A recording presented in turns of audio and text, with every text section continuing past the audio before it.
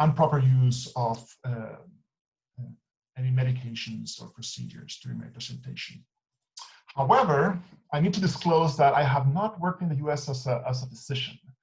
And as Emily was saying, at home we have, this is the third simultaneous meeting that we're going through at the moment. So I hope that we don't have internet glitches over the presentation. So if that happens, Emily or Iris, please let me know. And we have a plan B at home, so we'll try to take care of that. So many of you may know some things of Chile. We have the driest desert on Earth, the Atacama Desert, which grows flowers once a year in the spring. We have, in the middle, we have,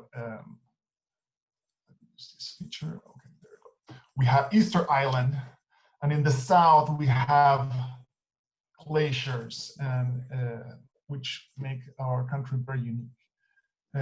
In the middle, we have empanadas and great wine, which are probably the typical things that people know about Chile. However, less known are things about Chile, its economic situation. So Chile is considered to be a developed country. Its income, it's about the average income, it's about 26,000 per capita. A comparison with the US, which is about 65,000 a year. However, if we see how income is distributed, you know, like Chile ranks very high in the income inequality. So there's, you know, like a stark difference between wealthy Chileans and people with less income. There's a very stark difference. So that's why, you know, like this topic has been very close to my heart.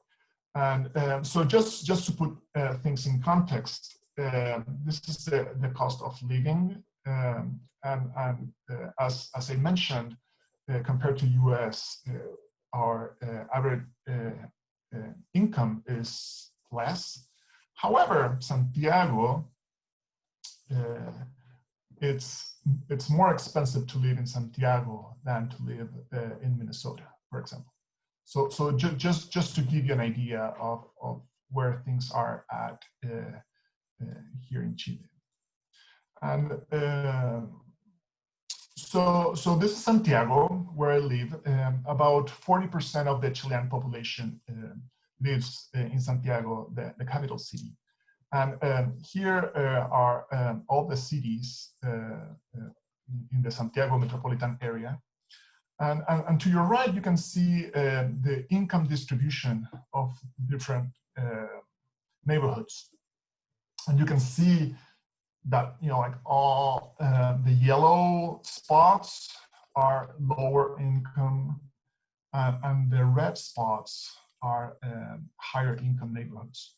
So you can see, you know, like that Santiago has very dramatic contrasts in the way people live, and depending on where they live, it's, you know, like it's very determined by their income.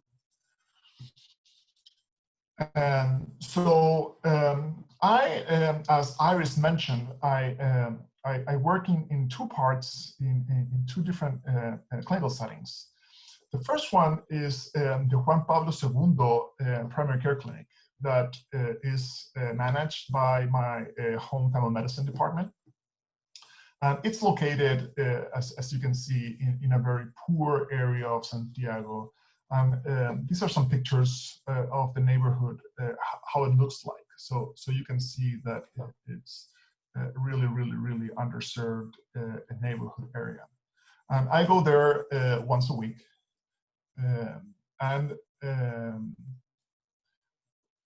in the afternoon of the same day, I go to the second clinic that is in this very wealthy or, like higher income neighborhood, which you can see, like wider streets, you have palm trees, you have green areas.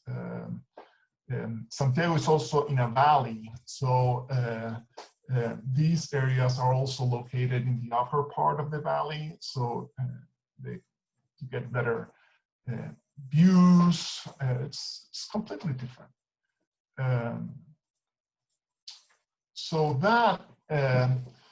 with that introduction about like which is the lens that I'm coming through, my goal is that at the end of today, you're better able to describe the impact of the social determinants of health on children's health and quality of life, identify ways to assess the social determinants of health during clinical practice.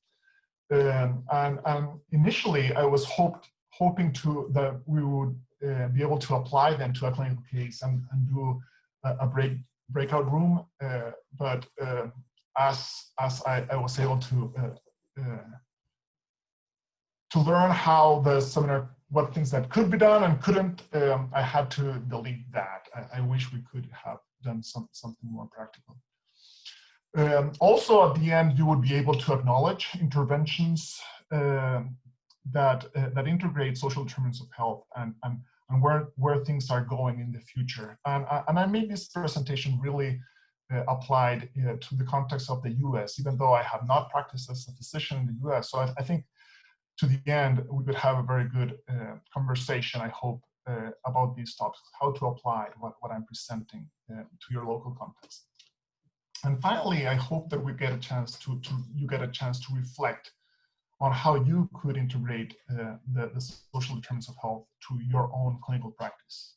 Even though you could be a med student doing rotations or fellow resident or a practicing physician, I think all of you will be learning some things today. So if you need to leave early, the key messages of today's presentation are that really the social determinants of health really determine people's health. And this could be something known for everyone, but it's important to acknowledge that really they drive our patients and people's health. And that all of you can take action.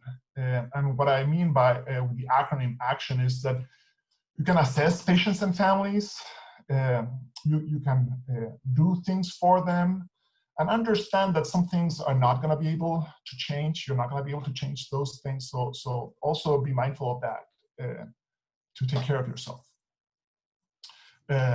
Acknowledge that like determinants of health are driving people's health, and like just sometimes offering support is perceived as enough. And finally, see results that like could bring a perception that actually you're doing things for your patients.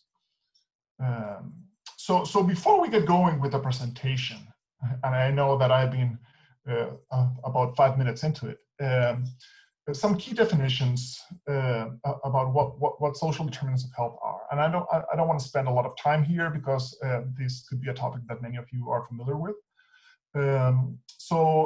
According to the World Health Organizations, like the social determinants of health are the conditions in which people are born, grow, work, live, and age. The context where all of us spend our lives. And the wider set of forces that shape them. So these forces are like the economic context and system, the social norms, the social policies, and like the political systems that organize our living.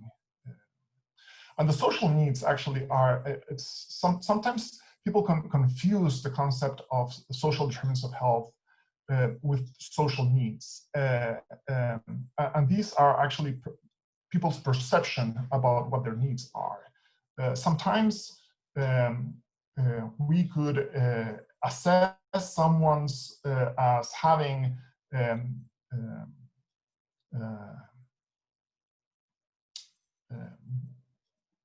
poor quality determinants of health or stressors. However, a person doesn't perceive them as such. So, that's very important. And the determinants of health, like, again, as I mentioned, determine people's health. So they don't have to.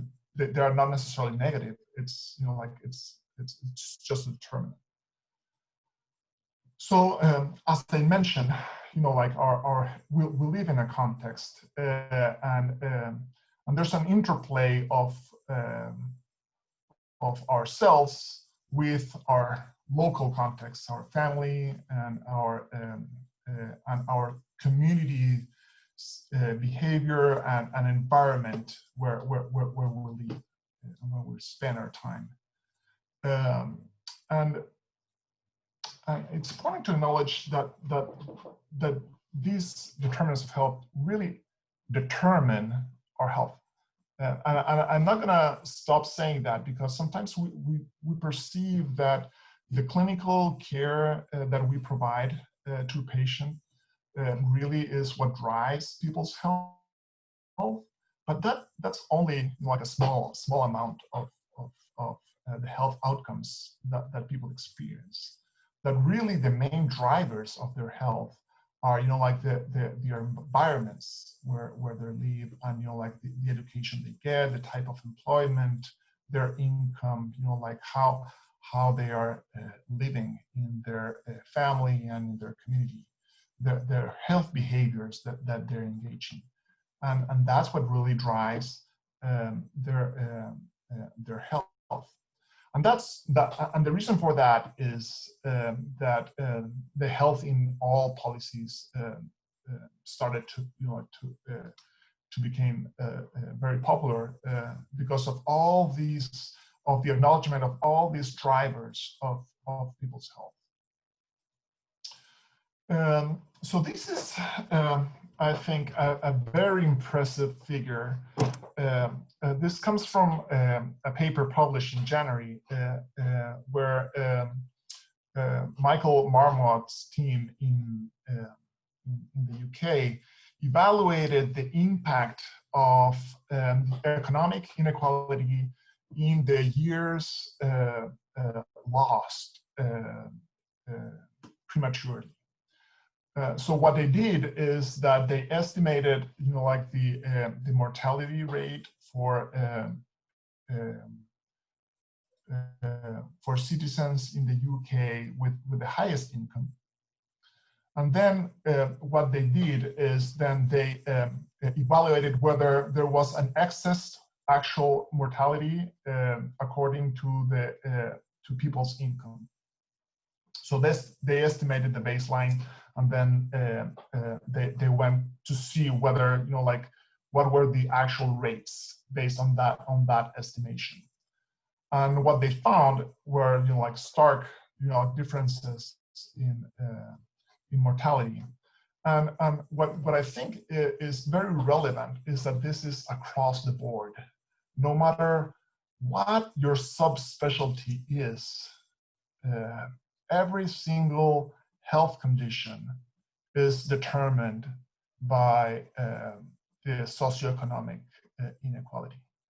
And this is a key message that I want you to take out of this presentation, that every single, so no matter if you are any type of fellow, if you are a med student, this is applicable for all of you. If you're, like pulmonary disease fellow or faculty, if you are mostly working in mental health. So in this study, the main causes were related to heart attacks and respiratory cancers. Those were the key drivers of premature mortality due to economic inequality. But I just want you to take a look to this picture, and like, you name it, and you will see that the darker part of the circles are what explain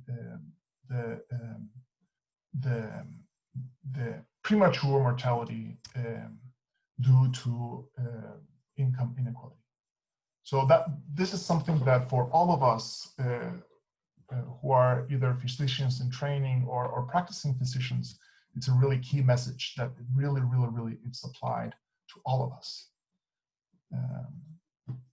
So you may think that, okay, so this is, like just overall mortality. And so I have here some examples of pediatric conditions. Like this is the asthma prevalence using really up-to-date numbers, and we can see, like that, there's a huge, difference depending on people's income. And this is, like an example of cardiology. These are within different ethnic groups. There are stark differences based on the household income. So the dark blue lines are households, actually are neighborhoods with lower income neighborhoods, and the yellow bars are higher income neighborhoods. And you can see that this is the probability of mortality after cardiac surgery. And you can see that within different ethnic groups, the higher the income that a patient has, the lower the mortality that they have after cardiac surgery. And this is pediatric cardiac surgery. After most of them congenital diseases. So this is applicable to all of us. So the list goes on and on: teen pregnancies, preterm births, mental health issues, you name it. So this is a very important key message. So what are the mechanisms that drive the outcomes? These outcomes are experiencing adversity and resilience. So this brings to light that this could be modified. So experiencing so all these determinants, the environmental exposures, the social exposures, the economic exposures, and like the social political context where they live, determine how we experience things, and those experiences that determine our behaviors and our functioning, on our biological functioning, our physiology, which end up impacting our health. So there have been mechanisms that have explained the excess of mortality, and I'm not going to go over all of them. However, intervention points have been identified at different levels. So this area, this is a public search that I did to prepare this presentation. And you can see the explosion of the literature within the last 10 years. It's just been an explosion. And if you're interested, this is a very interesting discussion that happened in JAMA earlier this year. This viewpoint of our role engaging in the social determinants of health. This viewpoint was published, and 2 weeks ago, comments were published. So I would really invite you to, if you are interested in this topic, to take a look at these commentaries. What they mostly mention is, it's a tough call. We are mainly, some authors mention that we're mainly, our primary role is to deliver health related care, and leaving the upstream work to others, and you like engage in the periphery of it, mainly through advocacy. And like others reacted to that, emphasizing ways that we could engage in while doing clinical care. And I hope that you get some of that after this conversation. So I imagine that many of us have traveled to different parts of even locally or outside the US. We all are aware of this. If you see something, say something, right? So I hope that you have gotten the idea that determinants of health are worth seeing, It's something that we need to uncover so we can act upon them. So how can we see them? And maybe I'm preaching to the choir here, because like pediatricians have like been strong advocates of the importance of the context where our patients grow over the years. And the AAP was the first society that started recommending the need of social determinants of health screening. And then that happened in 2010, and it's really emphasized in the latest version of the Bright Futures guidelines. And then like after that has cascaded to the acknowledgement of many other professional associations, including the National Academies of Science, Engineering, and Medicine last year, that published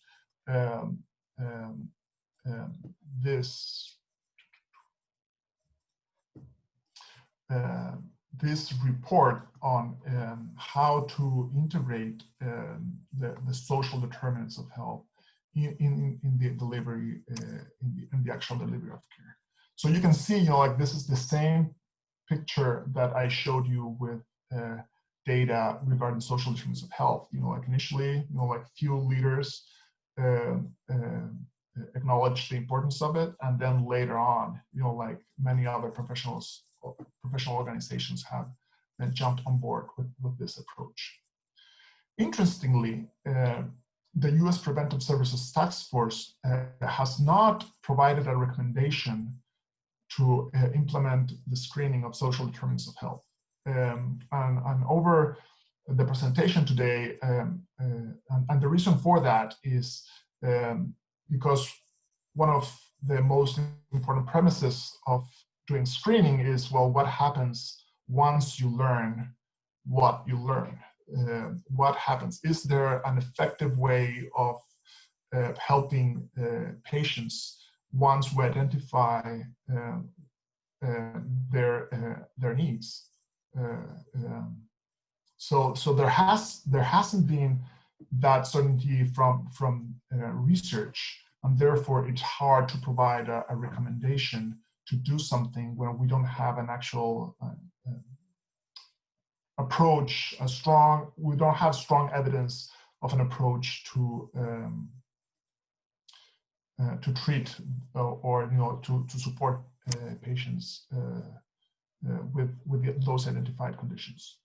However, in the last year, I would say we have seen that change. So probably that will make things move in a different direction, and like have the U.S. Preventive Services Task Force, write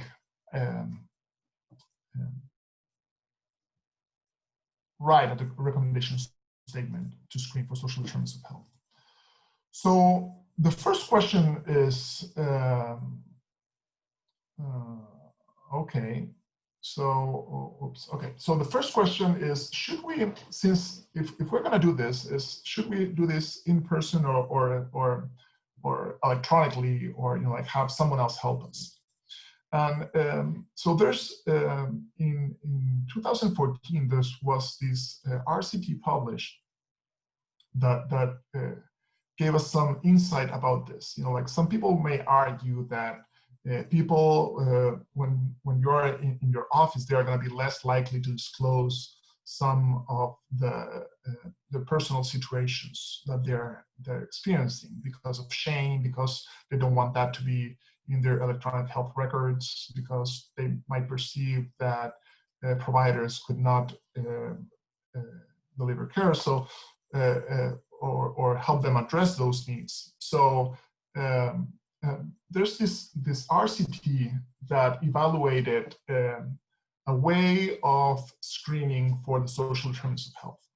So in this study, they approached caregivers of pediatric patients, and they evaluated two ways of doing screening. The first one was, like through a self-report using an iPad, and it could have been, like electronically or in paper.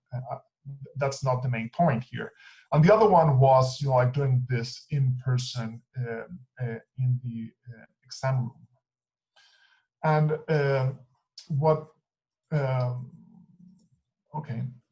what they saw is, first of all, a very high number of different needs and concerns. So lack of insurance, concerns about getting health care when needed,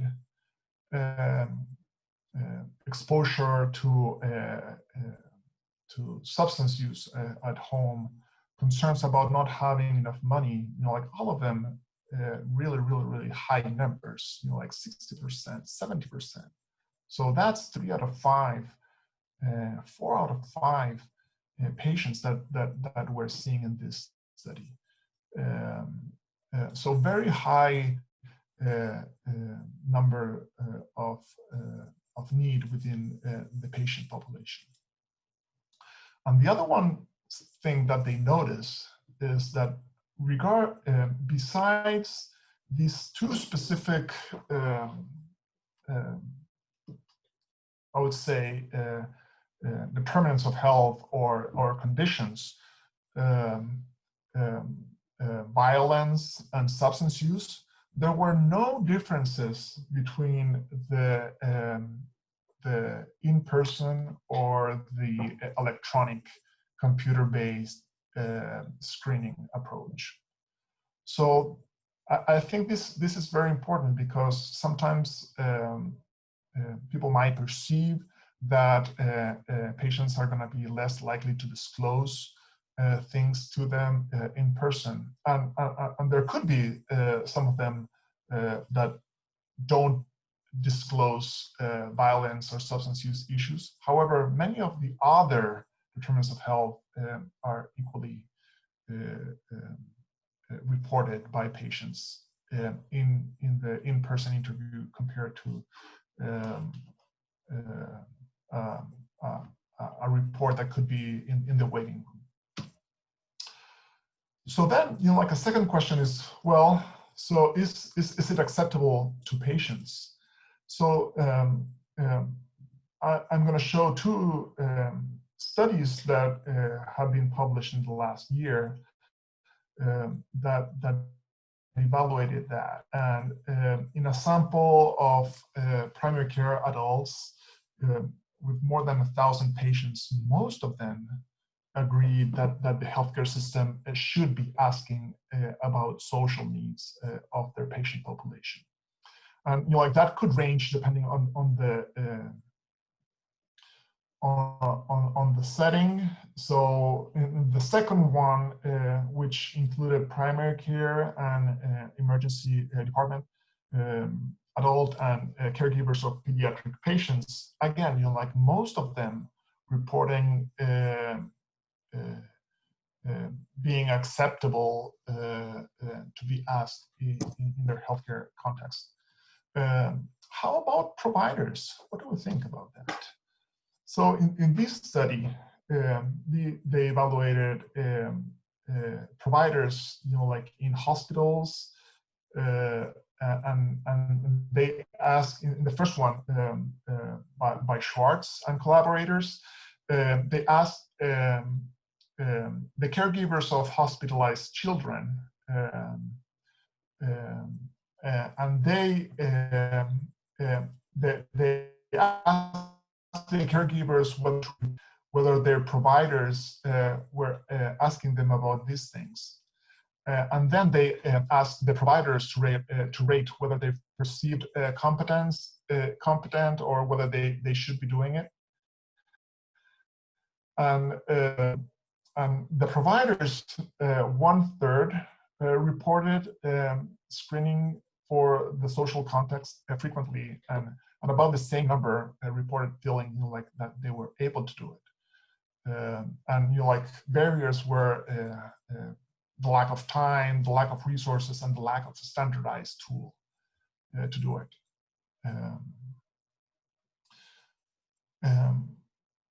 The other study, again, now in primary care, in a score between 1 and 10, like most providers felt comfortable asking about social needs. However, having the skills, the perceived confidence in doing it is way less. So that's another challenge. And I just acknowledge that something happened with my slides here, and I want to go back to make sure that this one, okay. So there are a lot of instruments that could help us decide how to do it.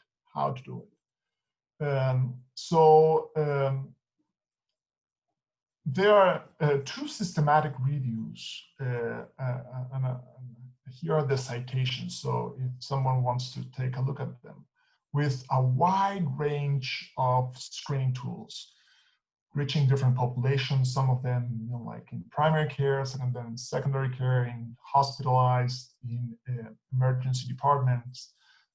Some of them include different domains and administration methods, like different numbers of items, availability in different languages. The common themes across all of them is that they have limited validity. And so it's really hard to know whether like the needs identified by the screening tools are really actual needs of the patients. And I want to, so in the latest systematic review, they identified 17 screening tools, and only 3 of them had been validated. So it's important to acknowledge that, and that like as I mentioned, the caveat presented by the U.S. Preventive Services Task Force is that there's limited impact on clinical outcomes. So there's limited evaluation of the benefits of doing these screenings. So okay, so what should I do in my clinic then? I have mentioned that in person is more or less the same as doing it, having a patient complete an assessment in the waiting room. There are many tools. Many of them have not been validated. It seems appropriate for patients to be screened on these topics. Providers don't feel confident of doing it. So what could I do in my clinic? And I think, at the patient level, we should try to incorporate as much as possible during our clinic time. And I know that, our time is really short if we are having 15, 20-minute visits, it's really short. However, at the patient level, I just showed you that we could do it. People are going to disclose them if we ask for them. So that's a key message, that, we could do it if we start asking for them. At the other level is that we can advocate our own local clinic to start universal screening for our patients. And I'm going to show you more data about what could be the second phase of that look like.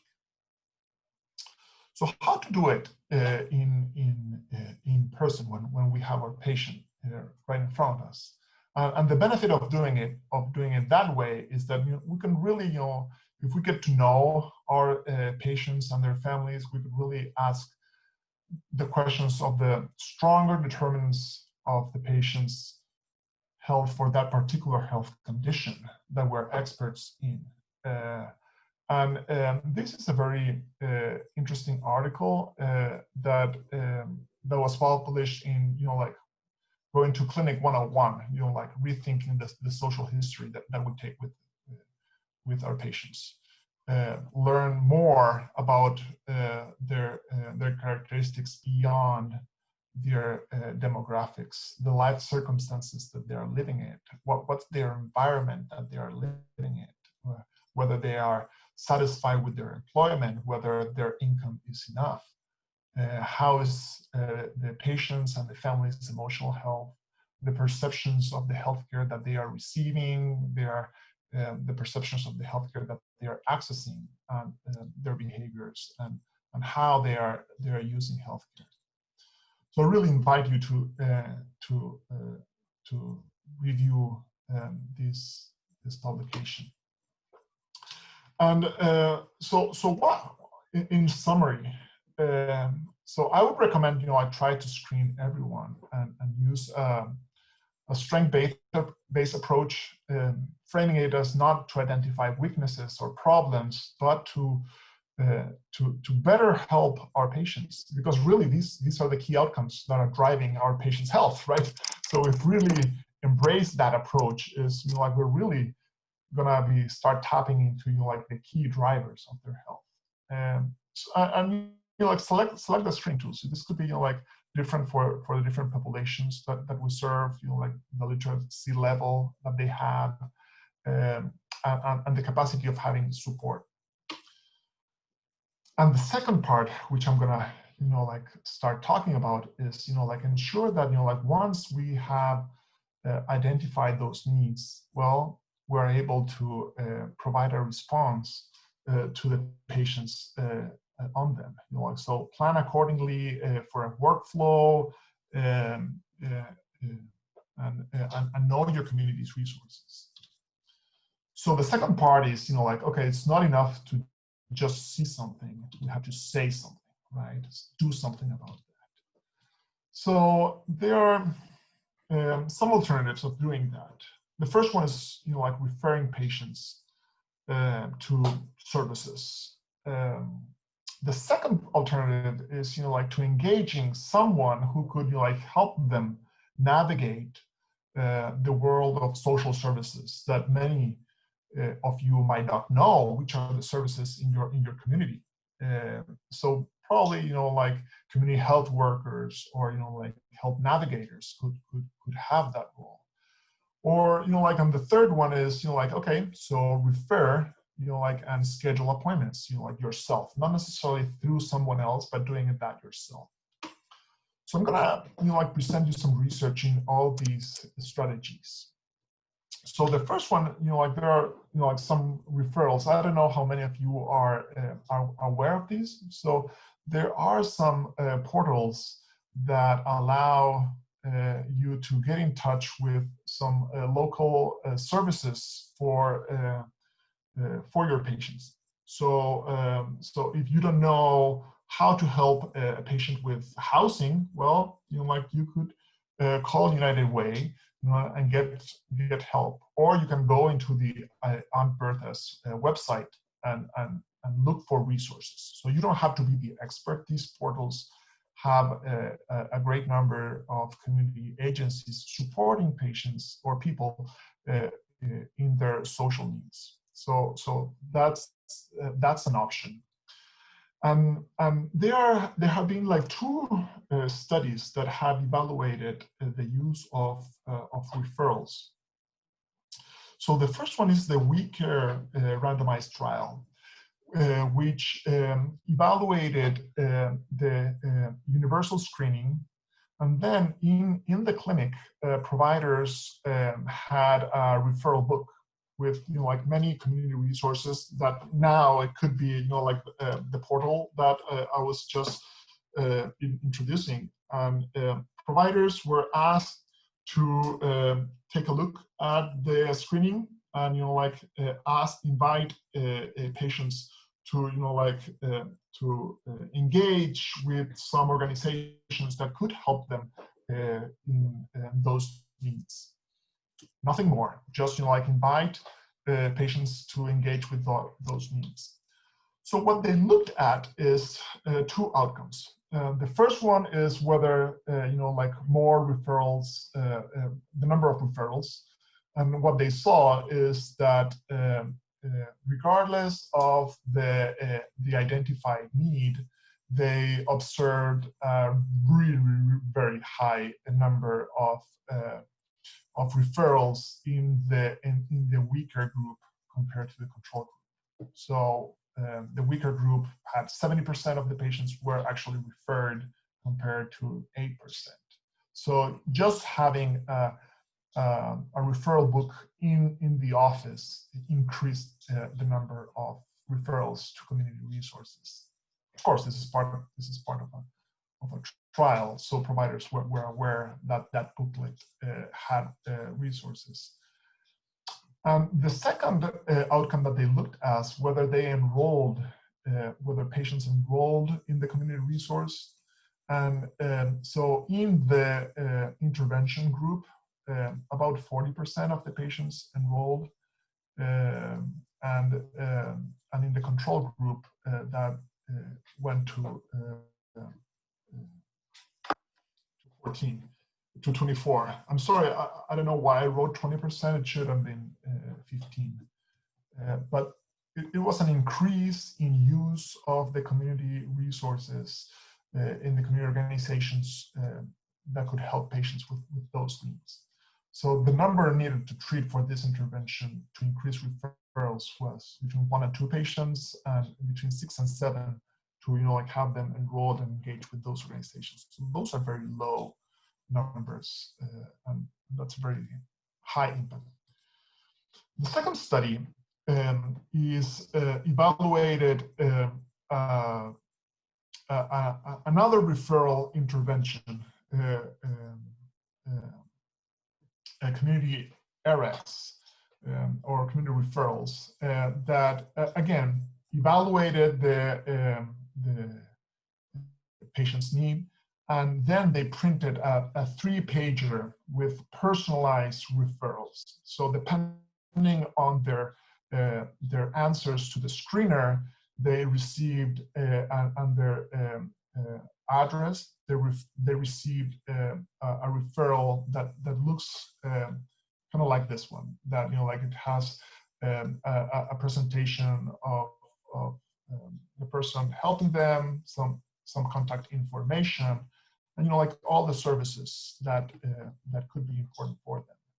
And additional information, numbers, and what they did is they compared with a control group that received usual care, which most often nowadays is nothing. And they started. They wanted to look at whether this personalized referral increased patients' knowledge, and of course, and they observed that after follow-up, they learned, they gained knowledge about different organizations that were in their community available for them. They increased their beliefs of that they were able to be helped with those resources, and their confidence in getting help. However, a key outcome for them was to see whether there was change in the SF-12, which evaluates quality of life in 2 dimensions. And And they didn't observe an overall intervention effect in the mental health or the physical health component. However, I just want to point to you that, like as the number of weeks, regardless of the evaluation model, you can see, like as the study goes on in 3 months, like the mental health score goes down, these are the number of mental health symptoms reflecting improvement in mental health, and the physical health component is going up as the study is going. So it could have been that they didn't find differences in physical or mental health because of the length of the study, and that they needed a few more months, maybe a 6 months follow-up would have been enough to show impact. That hasn't been published yet, so we don't know that. So up to 3 months, there were no differences in people's health. The second one alternative is to have a warm handoff, like have a navigator help patients. And so I'm going to show you a trial which evaluated, again, because of ethical concerns, like in this study, they didn't compare to usual care. They compared this resource navigator plus a resource list compared to just a generic list. Not the same booklet, but the same idea of having like just a fixed set of resources available for people, and that they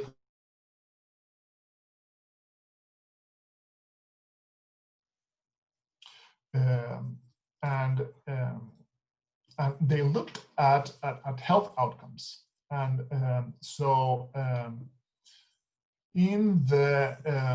they looked at health outcomes mainly by parents' report on the child's global health. And what they observed is that there were no differences no very important differences. There were statistical differences, but there were not really important differences in the expected outcomes. They were weighting much significant differences. They found them, they were significant, but the impact was very little. However, they then continued the evaluation. This is after 3 months, and they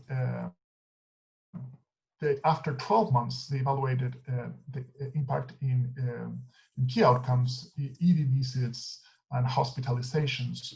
And they observed that there were no differences in emergency department visits. However, that small difference in the perceived child's health of the parents translated into a reduction in the number of hospitalizations after a year of the intervention. Again, this is an intervention where a group had a health navigator. Again, they expected a larger number reduction of hospitalization. So the overall impact of this intervention was rather small, even though significant for hospitalizations. So finally, the other alternative, it could be that you help providers, the patients, engage in a referral. And in this trial, again, all of these studies have been published, in the last years. This study was published within this year.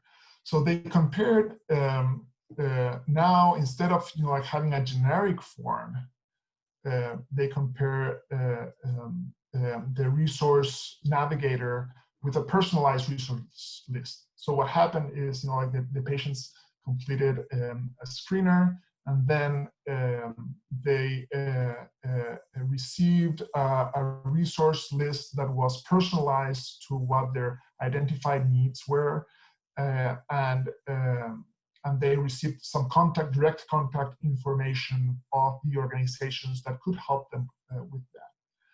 And interestingly, so these are the risk factors reported at baseline and then after 6 months of follow-up.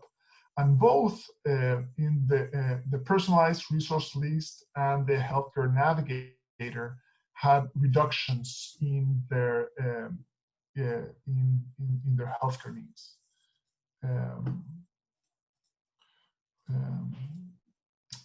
And then when they looked at health outcomes, actual health outcomes, they identified that again both groups reduced the number of social risks, but that was not different between groups. When looking at children's outcomes, looking at physical functioning, emotional well-being, social functioning, different dimensions, there were improvements in both groups, but no difference between them. And the same when looking at caregiver outcomes, which means that that the engaging, like patients with a navigator or with a personalized referral was equally effective when looking at health outcomes. So in summary, there are evidence-based strategies that referrals increase patients' knowledge, beliefs, and engagement with resources, and there was a trend with mental and physical health. When comparing navigators, there was increased use of community services and reduction in hospitalizations. And when compared, like a personalized engagement, there were very similar outcomes to personal navigation. And I know that in a few minutes we're gonna we have just a few minutes. So I just wanted to acknowledge that this could be hard. And so this study evaluated the impact on providers when working with complex patients. One of them said, a lot of times there are things that you cannot help with. Some of our patients already are homeless. We're lucky enough to have a social worker, but what can she do? I mean, regular people can't even afford to live, like in San Francisco where they were living at. And like another provider said, it plays on our sympathy to hear how difficult people's lives are. The frustration of being limited in what you can do, especially when patients are looking to you as the person who maybe can do something about it. So we get frustrated, and like it's hard for us to acknowledge these factors and not being able to help patients with them. And when looking at some of the drivers that affect provider well-being, the socioeconomic circumstances of patients have been, like one of the most significant factors influencing provider well-being. However, when the clinic has high capacity to respond to the social well-being or the social determinants of health of the patients, like providers are less stressed about them, and they are less likely to have burnout. So this is important to acknowledge that there are things with our patients that are outside what we can do, and that mainly we can have strong influence in what we do, less influence in what patients do, what happens in our practice, and even less in our society as we go further. So probably, like our scope of influence should be the closer where we could have more influence. And with that, so I'm gonna skip these slides. So in summary, like after today, I hope that you really acknowledge that the social determinants really determines people's health, and that but there are things that you could do in the clinic. That you could, you don't need a social worker to use some of the referral portals. You can assess patients in the clinic. However, understand that you're not going to be able to solve all the patient's needs, and I hope that you're able to take action. So final slide, and where to continue. And I wanted to put some resources if you wanted to continue your learning. The first one is a special issue of the American Journal of Preventive Medicine on social determinants of health and what could be done in the clinical context. The second one is a learning course that I completed a few years ago that's sponsored by the BMJ and the University College of London, and developed by Michael Marmot on social determinants of health, and it's tailored for providers, so what could be done. And the third one is the report from the National Academies of Science, Engineering, and Medicine on how to change our clinical care, integrating the social determinants of health. And then, if you want to start moving to action and thinking about how you can change things in your clinic on what you could be doing different in your practice, here are two toolkits. The first one is really tailored to patient care. So it's a toolkit of how to help. Is for providers, how to help patients. It's been translated to 10, 12 different languages, ready to be used. And then the second one is from the American Academy of Family Medicine, in how to work either as a healthcare team or yourself to start addressing these issues in practice. So I think we're about time. I don't know if we have time to take some questions.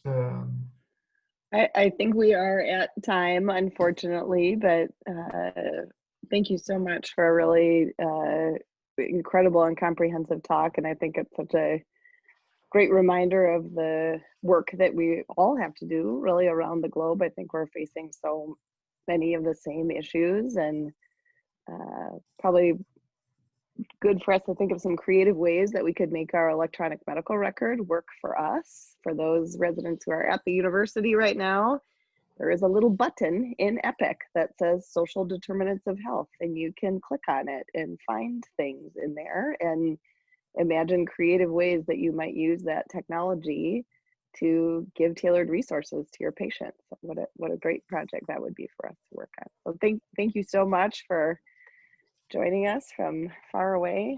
Dr. Borowski, any final words you wanted to share?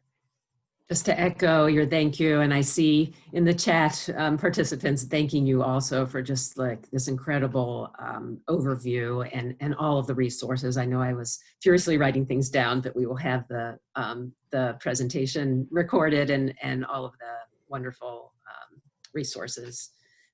Thank you so much, Diego. Thank you. Well, have a great day, everyone. All right, bye.